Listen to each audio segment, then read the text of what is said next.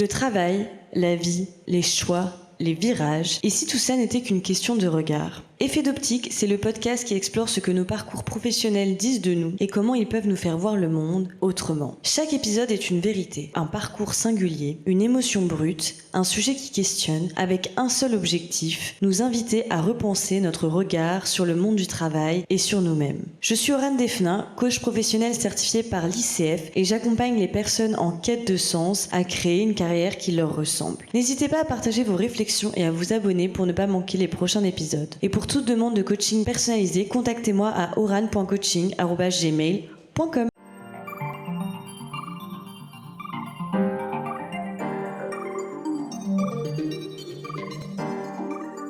Bonjour à tous, j'espère que vous allez bien. Je suis ravie de vous retrouver dans ce nouvel épisode d'Effet d'optique. Alors, comment vous dire, c'est une période un petit peu complexe pour moi dans ma vie en ce moment.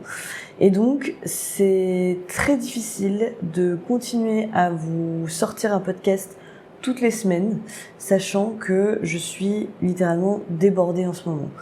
Et ça, c'était un peu le risque que j'avais en continuant les podcasts, en continuant de faire ça, de sortir un épisode par semaine. C'était un peu le risque que, avec mon nouveau travail et avec les choses qui m'arrivent dans ma vie, d'un point de vue personnel, c'était un petit peu le risque effectivement que je n'arrive pas à tout concilier. C'est pas grave, vous savez quoi, je vais partir du principe que je vais faire comme d'habitude, c'est-à-dire donner le meilleur de moi-même sans pour autant me flageller. J'ai pas envie de me dire que c'est mal, etc. Je fais de mon mieux. Donc forcément, les contenus qui sortent sur les réseaux sociaux, les extraits de podcasts que je fais, que je monte, etc., seront pas aussi quali que d'habitude, ça c'est clair. Ça changera en rien à la qualité de mes podcasts, en tout cas je l'espère, en tout cas la qualité du contenu des épisodes. Mais voilà, sachez qu'il y a beaucoup de changements dans ma vie. Je suis actuellement à la recherche d'un nouvel appart seule, et donc j'ai beaucoup de démarches à faire, que ce soit au niveau des visites d'appartements, et en même temps j'ai aussi mon nouveau travail qui est quand même en 4/5e, donc quasiment un temps plein, sachant qu'il y a beaucoup de projets, beaucoup de choses à faire. C'est très intéressant, c'est très stimulant. Je vous en parlerai dans un prochain épisode de podcast si ça vous intéresse d'ailleurs, si vous voulez en savoir un peu plus sur ce domaine-là de l'immobilier de bureau, puisque je travaille dans le secteur maintenant de l'immobilier de bureau et avec des missions bien variées dans l'opérationnel, dans le marketing, la communication, etc. Donc voilà, je vous en parlerai un peu plus en détail si vous voulez, si ça vous intéresse. N'hésitez pas à me le faire savoir en commentaire. Mais tout ça pour vous dire que voilà, je suis pas dans une période de ma vie où j'ai 1 milliard de temps de vous faire des épisodes hyper longs, hyper quali, hyper bien montés. Donc ne m'en voulez pas trop, je vous en supplie. J'essaie de faire au max pour essayer de vous sortir quand même un épisode par semaine. Et c'est pas compliqué non plus, je vais pas vous le cacher, avec cette chaîne qui n'avance pas non plus des masses. J'avoue que c'est toujours un peu compliqué, ça prend beaucoup de temps de monter des épisodes et tout ça. J'ai toujours envie de continuer de faire ça, ça me tient vraiment à cœur. Donc si jamais vous aimez les podcasts, que vous aimez Effet d'optique et que vous voulez que je continue le projet, n'hésitez vraiment pas à me faire savoir, à me manifester votre soutien à la chaîne, que ce soit sur YouTube, sur Spotify ou sur Apple Podcast. J'en serais très reconnaissante parce que très honnêtement, il y a un moment dans ma vie où je vais peut-être devoir faire le choix de sacrifier une partie de ce podcast. Je sais pas encore laquelle. Est-ce que peut-être je vais devoir supprimer l'aspect vidéo, montage et tout qui est quand même très lourd. Peut-être faire juste du format audio. Peut-être que ce sera arrêter le podcast définitivement, et c'est pas mon souhait parce que j'ai encore plein de choses à vous dire. Donc n'hésitez pas à me faire savoir, je serais ravie d'avoir vos retours en commentaire, et n'hésitez pas à soutenir la chaîne, à vous abonner. Bon, ceci étant fait, la parenthèse du début étant réalisée de mon côté, comme ça vous avez un peu plus de contexte sur ma vie et sur ce qu'il en est. Maintenant, rentrons dans le vif du sujet. Il y a un sujet que je n'ai jamais évoqué encore sur le podcast, sur Effet d'optique. Et pourtant, c'est un sujet qui est assez en corrélation avec ma vie professionnelle, ma vie personnelle et ma vie tout court, de manière générale. Je sais pas pourquoi j'en ai jamais parlé. Enfin, si je sais pourquoi, c'est parce que c'est un sujet. En fait, je n'étais pas au courant que c'était mon cas. Voilà.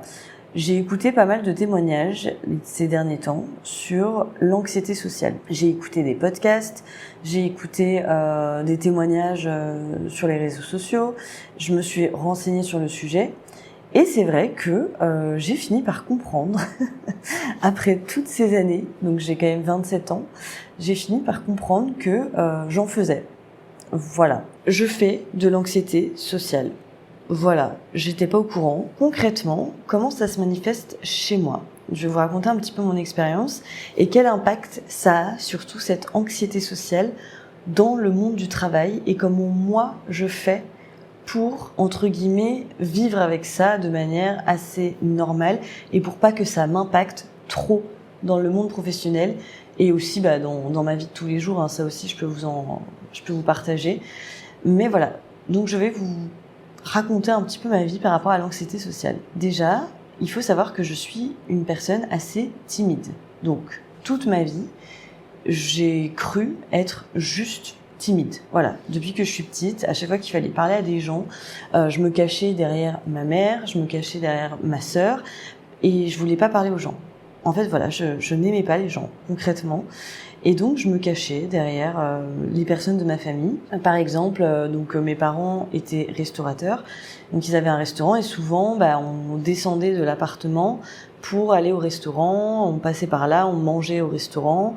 Et donc, forcément, tu te retrouves en plein milieu du restaurant. Il y a beaucoup de gens, il y a beaucoup de clients qui sont déjà là, qui sont déjà au bar. Et donc, tu dois quand même passer par le bar pour aller manger. Donc, c'est une situation qui est extrêmement déstabilisante pour n'importe quel enfant, je pense, mais encore plus pour moi, parce que en fait, déjà, de base, je suis quelqu'un d'assez timide. Et voilà, ça c'est un fait, c'est un trait de ma personnalité.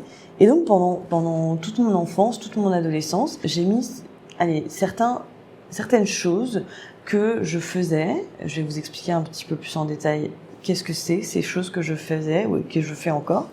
J'ai mis toutes ces choses-là sur le compte de la timidité. Je me disais, oui, de toute façon, c'est parce que je suis une personne timide, c'est parce que, voilà, je suis pas très à l'aise avec les gens, c'est quelque chose qui va finir par s'arranger avec le temps, avec l'adolescence, et en devenant adulte, voilà, forcément, quand tu deviens adulte, tu finis par moins être timide parce que tu as plus l'expérience de la vie, tu commences à prendre un peu confiance en toi, etc., etc. Et donc, en fait, je me suis jamais posé plus de questions que ça. Je me suis toujours dit, voilà, c'est vrai que je suis quelqu'un d'assez timide.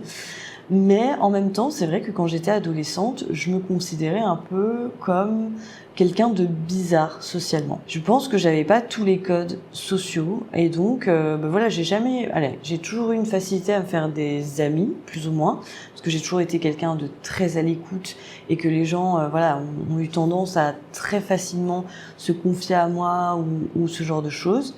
Donc, moi, j'ai toujours eu un cercle social, j'ai toujours eu des amis, j'ai jamais eu de problème à ce niveau-là. Mais c'est vrai que très souvent, ça m'arrivait d'avoir des situations un petit peu bizarres dans ma vie où je ne sais pas l'expliquer, mais j'avais l'impression, en tout cas, d'avoir des comportements étranges socialement. Je vous donne un petit exemple. Par exemple, quand j'avais 13 ans, il me semble. J'allais souvent en ville. Quand on dit en ville, ça veut dire que je sortais au centre-ville avec mes copains-copines pendant 2-3 heures, histoire de faire un peu de shopping alors que t'as pas d'argent. Mais bon, anyway. Et de traîner dehors, quoi. Et donc, moi, je faisais souvent ça. J'allais souvent dehors avec mes copines. Et c'est vrai que, j'avais souvent des copines en plus avec des fortes personnalités, très assumées dans leurs idées, dans leurs opinions, dans leur manière de faire et tout ça. Et donc c'est vrai que moi j'étais un peu plus timide par rapport à ces copines-là, mais surtout j'avais des comportements assez étranges socialement, comme si j'avais l'impression d'être tout le temps dans la lune quand les gens me parlaient, comme si à chaque fois qu'il y avait une autre personne que je connaissais pas dans un groupe qui se rajoutait, je devenais d'un coup super bizarre, je contrôlais tous mes faits et gestes, j'arrivais plus à être moi-même. Combien de fois aussi, je pense que j'étais juste mal à l'aise face à certaines situations sociales. Ça m'est arrivé à de nombreuses reprises de me renfermer sur moi-même, de pas parler, quand il s'agit d'être en groupe, par exemple. Ça, je sais que c'est toujours un truc aujourd'hui qui est compliqué pour moi, l'effet de groupe. Donc j'ai toujours été comme ça, un petit peu bizarre socialement. Je me suis toujours mieux sentie avec une seule personne. C'est pour ça que pendant mon adolescence, j'ai très souvent eu une copine avec qui je suis tout le temps, avec qui je traîne H24, parce que ça me permettait en fait d'avoir une certaine sécurité. À chaque fois qu'il s'agissait d'être en groupe, d'être je sais pas moi, en soirée par exemple, ou dans un contexte de manger le midi avec toute une table, j'ai jamais été à l'aise avec ça. À tel point que en fait, limite, ça me stressait en fait. Et c'est d'ailleurs des choses qui me stressent toujours. Je parle au passé pour vous expliquer un petit peu le contexte, mais tout ce que je vous dis là, c'est en train de se passer aussi actuellement dans ma vie. En fait, il n'y a pas grand-chose qui a changé par rapport à ça. Et donc bref, c'était des comportements un peu bizarres comme ça, où je me sens mal à l'aise dans un groupe, où j'ai l'impression que j'ai dit ou que j'ai fait une bêtise, que j'ai dit quelque chose qu'il ne fallait pas, ou que quand on pose une question et que t'as d'autres gens qui me regardent en même temps qu'on me pose la question, je commence à bégayer, à me sentir pas à l'aise. Quand il y a des personnes qui ont une plus forte personnalité que moi, entre guillemets, plus forte personnalité, on s'entend. En tout cas, des personnes qui n'ont pas du tout de mal avec le fait d'être sociable, de partager ses idées, parler fort, des choses comme ça. Moi, en fait, c'était des gens qui me déstabilisaient. Je me sentais un peu nulle par rapport à ces gens-là. Donc, je me sentais tout le temps en comparaison avec eux, alors qu'il n'y avait aucun lieu d'être. Donc voilà, toutes ces petites choses, en fait, toutes ces petites situations embarrassantes que moi je trouvais embarrassantes, qui pour autant ne l'étaient pas forcément, mais qui moi me mettaient très mal à l'aise. Et en fait ça a continué avec le temps, ça a perduré. Après j'ai commencé à devenir une adulte, j'ai commencé à quitter, on va dire, le nid familial pour m'installer à Bordeaux à l'époque pour mes études. Donc là, ça a commencé, entre guillemets, à aller un peu mieux parce que je commence à mûrir un peu. Donc déjà, il y a l'aspect un peu timidité qui commence à partir. Mais j'ai toujours, à ce moment-là dans ma vie, des soucis avec le fait de voir les gens, d'être entourée de plein de gens, etc. Un autre symptôme, entre grosses guillemets, un autre de mes symptômes qui m'arrivait très fréquemment et qui m'arrive encore beaucoup aujourd'hui, c'est que j'ai du mal à sortir de chez moi. Je vous donne un exemple. Je m'explique. Si par exemple, je passe une journée où je n'ai pas prévu de sortir de chez moi, mais que l'après-midi j'ai un rendez-vous, en fait, pendant toute la matinée, j'angoisse un peu à l'idée de sortir dehors l'après-midi. Je sais pas si vous voyez ce que je veux dire. Donc, je donne un exemple. Souvent, c'est ça qui arrive le samedi. Le samedi matin, je me réveille, je prends mon petit-déj, je suis chez moi, donc tout va bien. Je suis dans une zone de sécurité où je me sens bien, où je me sens à l'aise.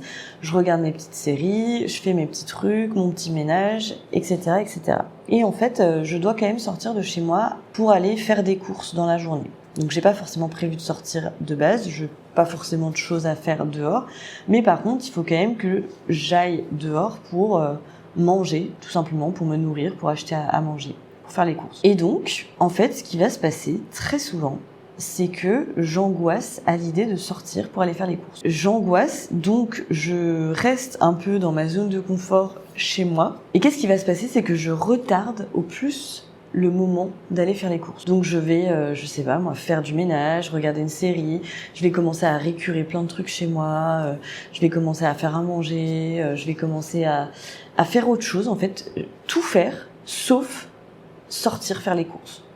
Et en fait, je vais attendre vraiment le dernier moment, genre le moment où je n'ai entre guillemets plus rien à faire chez moi, alors le moment où j'ai vraiment tout fait, ou je sais pas moi par exemple le moment où le magasin va fermer, ou j'en sais rien, enfin en gros j'arrive au moment de l'impératif où là faut que j'aille faire les courses pour y aller. Et pourquoi je fais ça? En fait j'ai analysé après coup pourquoi je fais ça, parce que ça fait quand même des années que je suis comme ça, même quand j'étais petite, quand on me disait oui Aurane ça te dirait viens on va faire les magasins, quand ma mère elle me disait ça, moi j'étais toujours là en train de dire non moi je préfère rester à l'appart, c'est gentil, je préfère rester à la maison.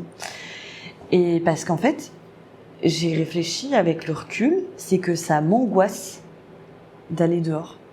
En fait, ça m'angoisse d'être confrontée aux gens. Voilà, je l'ai dit, c'est sorti. J'ai jamais vraiment mis de mots là-dessus, donc c'est hyper étrange. C'est la première fois que je mets un mot là-dessus et je vous en parle à vous. Vous êtes vraiment les premières personnes à qui j'en parle, entre guillemets. Mais en fait, ouais, ça m'angoisse terriblement d'affronter le monde. Et c'est trop bizarre, hein, parce que du coup, par exemple, pour aller au travail, c'est là où je vais faire des liens, vous allez vite comprendre où je veux en venir. Mais en fait, ce qui est étrange, c'est que par exemple, si je suis dans une situation où je dois sortir dès le matin, dès le réveil, je dois sortir, je dois faire un truc parce que j'ai dû acheter du pain, ou j'ai dû aller au travail, ou j'ai dû aller à un rendez-vous médical, ou machin. Dès que je suis sortie dès le matin, en fait, ça va. Genre, une fois que j'ai passé le cap de mettre un pied dehors, de me sensibiliser aux autres, etc., et ben là, ça va mieux. Là, ça va. Je peux après faire plein de trucs, rester dehors, voir des gens et tout, ça me dérange pas. Et une fois que j'ai passé ce cap, en fait, que j'ai fait l'effort, entre guillemets, de passer ce cap et de me dire, ok, je suis dehors, j'ai affronté les gens et me voilà dans la rue, eh ben ça va. Sauf que tant que je ne l'ai pas fait, je vais me mettre dans une espèce de rumination constante dans ma tête et je vais faire de l'anxiété, en fait. Et donc, j'ai compris que c'était pas normal. Voilà. Voilà, j'ai compris que c'était pas vraiment normal de faire ça. Parce qu'en fait, ça c'est un truc, quand j'étais du coup en couple, ça c'est un truc que, par exemple, mon conjoint ne faisait pas. C'est un truc qu'il ne comprenait pas forcément. Pourquoi moi, j'avais du mal à aller, par exemple, me réveiller, sortir, faire les courses dès le matin. Et en fait, pourquoi j'avais du mal et pourquoi j'ai du mal, c'est parce qu'en fait, il me faut un énorme temps d'adaptation pour appréhender ce moment où je vais devoir sortir dehors. Et plus je reste dedans, dans ma zone de confort, plus chez moi, etc., moins je sors et moins j'ai envie de sortir et moins j'ai envie d'affronter le monde extérieur et plus ça me fait peur de l'affronter. Donc ça, je sais pas si, en tout cas, ce truc-là, c'est vraiment de l'anxiété sociale à proprement parler. Ça, je sais que c'est de la rumination. Il me semble que plus tu restes chez toi, plus tu as envie de rester chez toi. C'est un peu logique. Enfin, c'est le cerveau qui rumine, etc. Mais par contre, c'est vrai que il y a plein d'autres symptômes qui s'appliquent à ma vie. Donc, je vous ai expliqué le truc de j'ai peur de sortir de chez moi, le truc d'avoir peur d'être dans un groupe, le truc d'avoir aussi parfois peur d'être dans une foule. Donc ça dépend des moments. Je sais qu'il y a des moments où ça va, où moi j'ai pas de problème avec la foule et tout ça. Et il y a d'autres moments où si j'ai une journée où je me sens un petit peu anxieuse déjà de base, je sais que là c'est foutu. Genre je vais prendre le bus. Ah oui, ça c'est un autre symptôme que je vais vous raconter. Les transports. Putain, il y a tellement de choses à dire. Je vous jure, il y a tellement de choses à dire. Les transports, par exemple, c'est un truc qui me fout de l'anxiété, énormément. Il y a des périodes où ça va, parce que j'y pense pas, machin, et parce que, allez, j'ai déjà fait un épisode sur l'anxiété que je vais vous remettre ici, donc voilà, vous savez que je suis déjà une personne anxieuse de base, donc il y a des périodes où j'arrive, entre guillemets, à gérer mon anxiété et ça va, et il y a d'autres périodes où ça va pas du tout.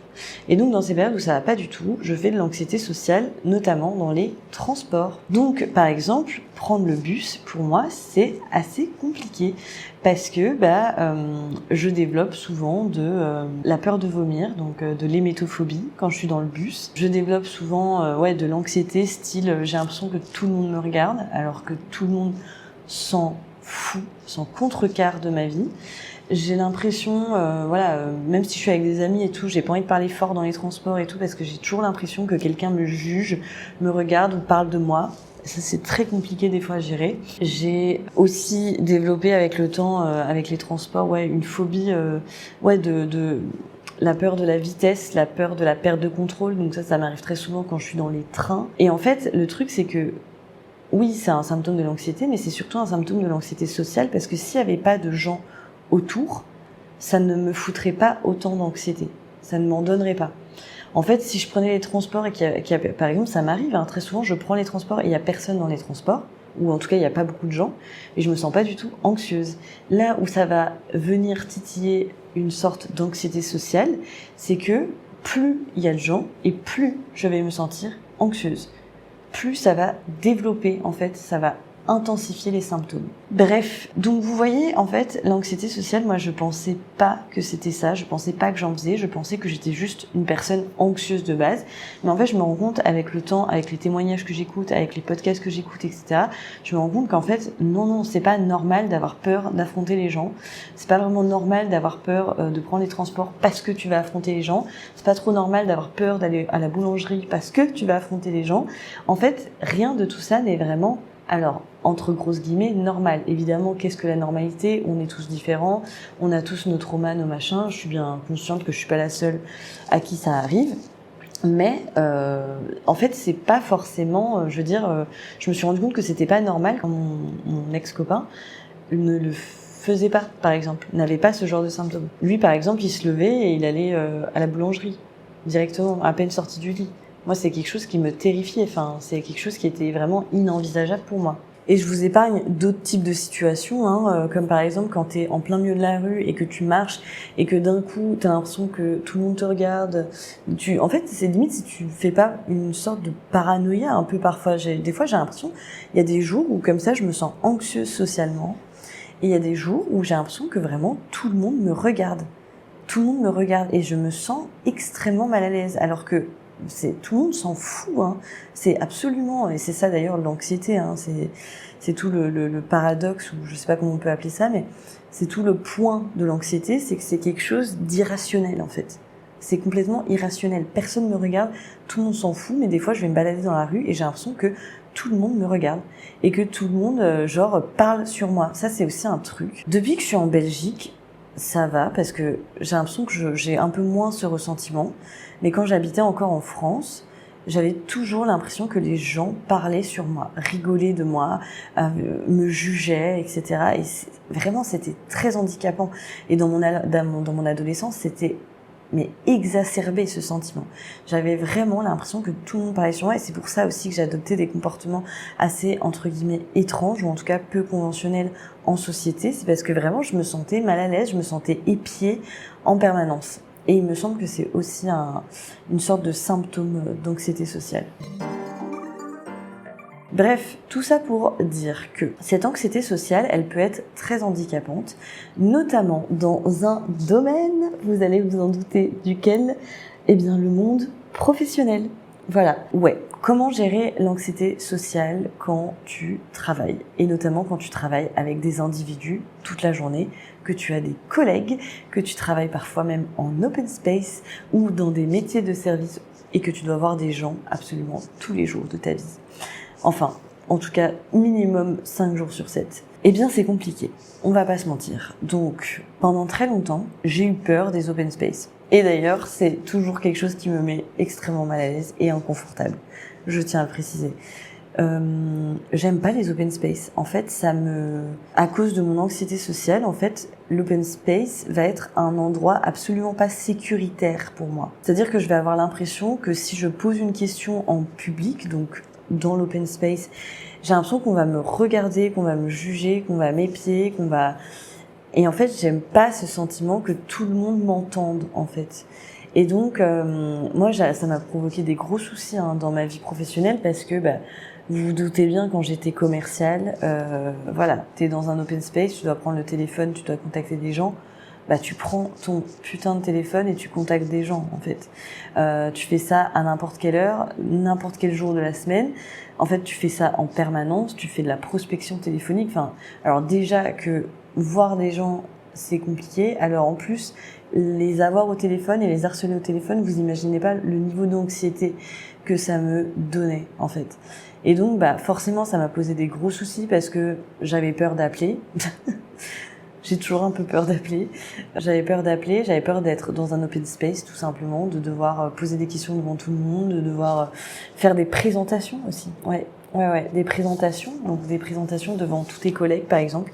Oh tiens, on a décidé de faire une réunion devant les 20 collègues et tu dois présenter quelque chose. Mais ma phobie, en fait. Enfin, juste ma phobie. Donc je le faisais à chaque fois, j'ai toujours fait, mais ça me coûte et ça me coûtait un bras. Voilà. Donc qu'est-ce qui s'est passé, c'est que du coup, comme vous vous en doutez, ça a été tellement handicapant pour moi que pour le coup, le métier de commercial, j'ai pas pu continuer. Bon, il n'y avait pas que cette raison-là pour laquelle j'ai pas continué le métier de commercial.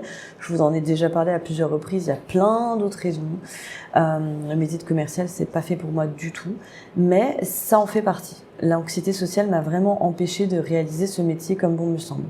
Après, j'ai été dans un cabinet de conseil où je devais faire du recrutement et en fait, pareil, ça m'a complètement déstabilisée parce que là, on était dans un open space encore plus confiné et il y avait tous mes collègues, etc. Et du coup, là, c'était encore plus compliqué de prendre le téléphone toute la journée, d'appeler des clients, d'appeler des candidats, machin et tout.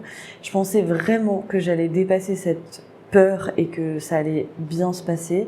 Mais en fait, non. L'anxiété était tellement forte que ça ne faisait qu'amplifier. Et c'est ça aussi, hein. D'ailleurs, petite parenthèse, c'est ça aussi un peu le souci, j'ai l'impression, avec l'anxiété sociale, c'est que je sais pas si ça se règle vraiment. J'imagine que ça peut se régler évidemment en psychologie, en thérapie et tout ça, mais le truc c'est que il suffit que, c'est comme l'anxiété, hein, il suffit qu'un jour tu sois dans un mauvais jour, dans une mauvaise lune, et que tu te réveilles et que tu te sens vraiment anxieux, le fait d'être dans un environnement qui te provoque de l'anxiété, ça va pas t'aider en fait. Donc typiquement, moi, ce genre de métier m'a encore plus donné de l'anxiété sociale. Je pensais vraiment que sortir de ma zone de confort, ça allait m'aider, que j'allais réussir à combattre mes démons. Mais non, en fait, rien que le fait d'être dans un environnement où qui n'est pas favorable à l'anxiété sociale, ça m'a pas aidé à la combattre du tout. Bien au contraire. Voilà, ça c'était un petit disclaimer du sortez de votre zone de confort, après ça ira mieux. Non, il y a des situations qui peuvent encore plus te provoquer des angoisses, donc ça c'est pas non plus nécessaire d'aller titiller ça. Donc voilà, j'ai aussi arrêté ce métier-là, donc évidemment pour plein d'autres raisons aussi, parce que j'étais pas alignée aux valeurs, mais il y avait aussi cet aspect anxiété sociale qui m'a beaucoup dérangée. À la suite de ça, j'ai décidé d'être... donc j'avais fait un métier de réceptionniste, hein, comme vous le savez, réceptionniste pendant 2 ans, où je faisais de la com aussi et tout ça. Et en fait, j'ai dû donc être confrontée à des gens toute la journée, tous les jours. Et en fait, c'est marrant parce que ça m'a limite moins dérangée d'être en contact de gens que je ne connais pas. Parce que, en fait, j'avais pas le sentiment qu'ils pouvaient me juger. En fait, je sais pas si vous aussi vous faites de l'anxiété sociale et que vous ressentez ce truc-là, mais moi, je me sens plus anxieuse quand vraiment c'est des gens que je connais, qui me voient tous les jours. Il y a un peu ce truc de honte, j'ai l'impression qu'ils me jugent, etc. J'ai l'impression ce truc de me sentir humiliée. Alors que quand c'est des gens que je vois peut-être qu'une fois dans ma vie et que après je les reverrai plus trop, ou je les vois de passage, comme c'était le cas à la réception, hein, je les voyais peut-être, il y en avait que je voyais tous les jours, mais enfin je veux dire, il n'y avait pas matière à ce qu'ils me jugent sur base de nos interactions. Et donc en fait j'ai l'impression que c'est plus la peur d'être jugée, la peur d'être jugée ou qu'on me prenne pour une débile ou ce genre de truc. Et ben en fait c'est ça qui me provoque de l'anxiété sociale. Mais quand j'étais à la réception, étrangement, j'ai pas ressenti ce côté anxiété sociale parce que, en fait, la seule personne avec qui je travaillais, c'était mon collègue et je m'entendais super bien avec mon collègue et il était pas du tout dans le jugement, je ressentais pas d'anxiété sociale. Et les gens que j'accueillais, les visiteurs, les trucs comme ça, c'était vraiment des demandes passagères qui me provoquaient pas d'anxiété. Donc déjà, ça m'a beaucoup aidé, je vais pas vous mentir, de changer de métier. Aujourd'hui, donc, j'ai encore changé de métier et c'est vrai qu'il y a toujours des moments où c'est compliqué. Parce que là, j'arrive dans une nouvelle équipe avec beaucoup de personnes que je ne connais pas. En plus, on mange ensemble tous les midis, etc. Moi, c'est des choses qui sont très inconfortables pour moi, l'effet de groupe.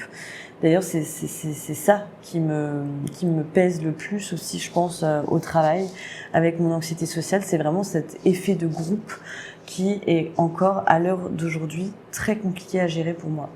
Donc, il y a des hauts, il y a des bas, mais aujourd'hui, c'est vrai que je suis toujours hyper mal à l'aise face à ce genre de situation. J'ai toujours l'impression de dire de la merde, de dire n'importe quoi, que ce que je fais, c'est pas assez bien, ce que je vais dire, c'est pas intelligent. Il y a toujours ce sentiment permanent de se sentir jugé, critiqué, etc. Et en fait, c'est vraiment compliqué à gérer pour moi, encore aujourd'hui. Même le fait de prendre des initiatives, mais de faire ça devant un groupe, en fait, c'est toujours des choses qui sont très compliquées et je vais pas vous mentir, c'est un sujet qui me pèse beaucoup. Parce que je me rends compte que ça m'a bousillé quand même une bonne partie de ma vie. Ça a beaucoup joué aussi sur mes métiers, sur les jobs que j'ai réalisés, sur ma vie professionnelle. Aujourd'hui, j'essaie vraiment de travailler là-dessus, mais c'est vraiment pas facile, quoi. Par contre, ce que je peux déjà vous dire, c'est qu'il y a des choses qui m'ont vachement aidée à réguler un peu plus cette anxiété sociale, notamment au travail. Donc déjà, la première chose qui m'a aidée, c'est ce que je vous ai dit tout à l'heure, c'est de changer de voie professionnelle et d'aller vers quelque chose de plus aligné pour moi. Ça, on en revient, hein, je vous l'ai dit, ça reviendra à chaque épisode de podcast quasiment. Mais en fait, le fait de se sentir déjà aligné avec mes valeurs, aligné avec qui je suis, ce que je fais, etc., déjà, ça me permet d'avoir plus confiance en moi et ça me permet du coup de mieux pallier à cette anxiété, de mieux la gérer, de mieux d'en avoir moins qu'avant. Parce qu'aujourd'hui, c'est toujours compliqué l'effet de groupe et tout ça, mais je vois bien quand même que j'ai plus cette anxiété sociale dans les précédents jobs que j'ai eus où vraiment je me sentais tétanisée et je faisais limite des crises d'angoisse en open space, etc. J'ai plus ça parce que aujourd'hui je sais ce que je vaux sur le marché de l'emploi, je connais mes compétences et je sais que ce que je fais ça me correspond et ça correspond à ce que j'aime faire, ça correspond à mes valeurs, ça correspond en fait à ma personnalité, donc j'ai pas à rougir de ça. Donc déjà le fait de se sentir droite dans ses bottes, alignée avec soi-même et de se sentir en confiance dans ce qu'on fait, je trouve que déjà ça aide énormément, ça fait genre 80% du travail. Ensuite, autre chose qui m'a aidée, c'est d'être active. Je sais que c'est pas facile. En fait, par exemple, les week-ends, ça m'arrive toujours d'avoir peur de sortir de chez moi. Comme je vous ai dit, hein, si je reste une matinée entière chez moi, je sais très bien que l'après-midi, ça va être compliqué de sortir. Et ben ça, j'avoue que j'essaye quand même de me forcer à sortir de chez moi, ne serait-ce que pour faire une balade. Et je vous avoue que depuis que j'ai instauré ce petit truc dans ma vie, c'est un peu game changer quand même. Parfois, je me dis, bon, t'es pas sorti de la journée, donc tu vas te forcer au moins à faire genre une balade de 10 minutes. Tu vas dans la rue, tu vas dans un parc, tu prends l'air en fait et tu vas 10 minutes dehors. Et c'est tellement inconfortable au début, genre les 5 premières minutes, c'est très compliqué souvent. Et en fait, une fois que je le fais, après je me sens beaucoup plus en confiance. Après je me dis tiens, je vais acheter un petit truc à boire dans un bar ou dans un café, etc. Et en fait, ça va mieux. En fait, le fait de se mettre en action, entre guillemets, d'affronter un peu le côté on va dehors, ça m'aide à le faire. Alors évidemment, comme je vous ai dit, hein, le but c'est de pas se forcer à faire non plus trop de choses et à aller à l'encontre complètement de cette anxiété, c'est-à-dire de se dire ok, moi je suis anxieuse sociale, donc pour essayer de d'améliorer ça dans ma vie, je vais tout changer, je vais faire un métier hyper social. Voilà, c'est pour ça que je mets toujours un disclaimer sur sortir de la zone de confort.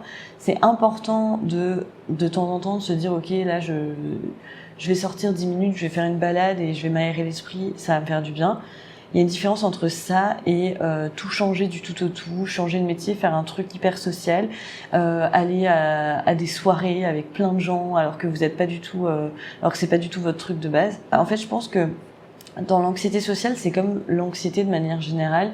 Il faut vraiment y aller step by step. Vous allez pas non plus, le but c'est pas de vous mettre dans des endroits d'inconfort ou d'inconnu complet qui vont vous donner encore plus d'anxiété et limite qui vont vous déstabiliser à tel point que vous voudrez plus recommencer ça une nouvelle fois après, donc ça vaut pas le coup. Je pense qu'il n'y a pas de recette miracle pour l'anxiété sociale.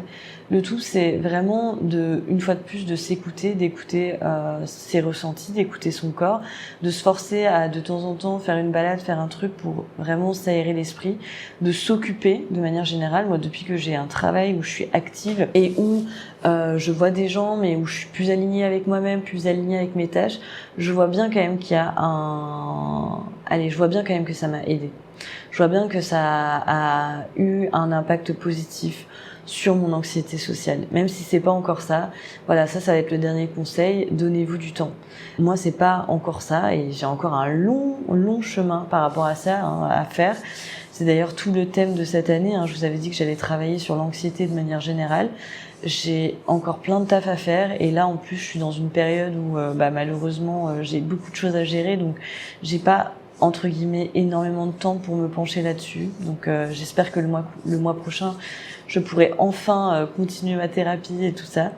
Mais prenez le temps nécessaire et soyez pas trop dur avec vous-même. Essayez de vous ménager un petit peu. En tout cas, voilà, n'hésitez pas à en parler. Surtout, ça, je fais encore de la prévention sur ce podcast. Parlez-en, allez voir des psychologues, des thérapeutes. Parlez-en autour de vous. Vous n'êtes pas seul, comme d'habitude. C'est un peu le message de fin, mais vous n'êtes pas seul.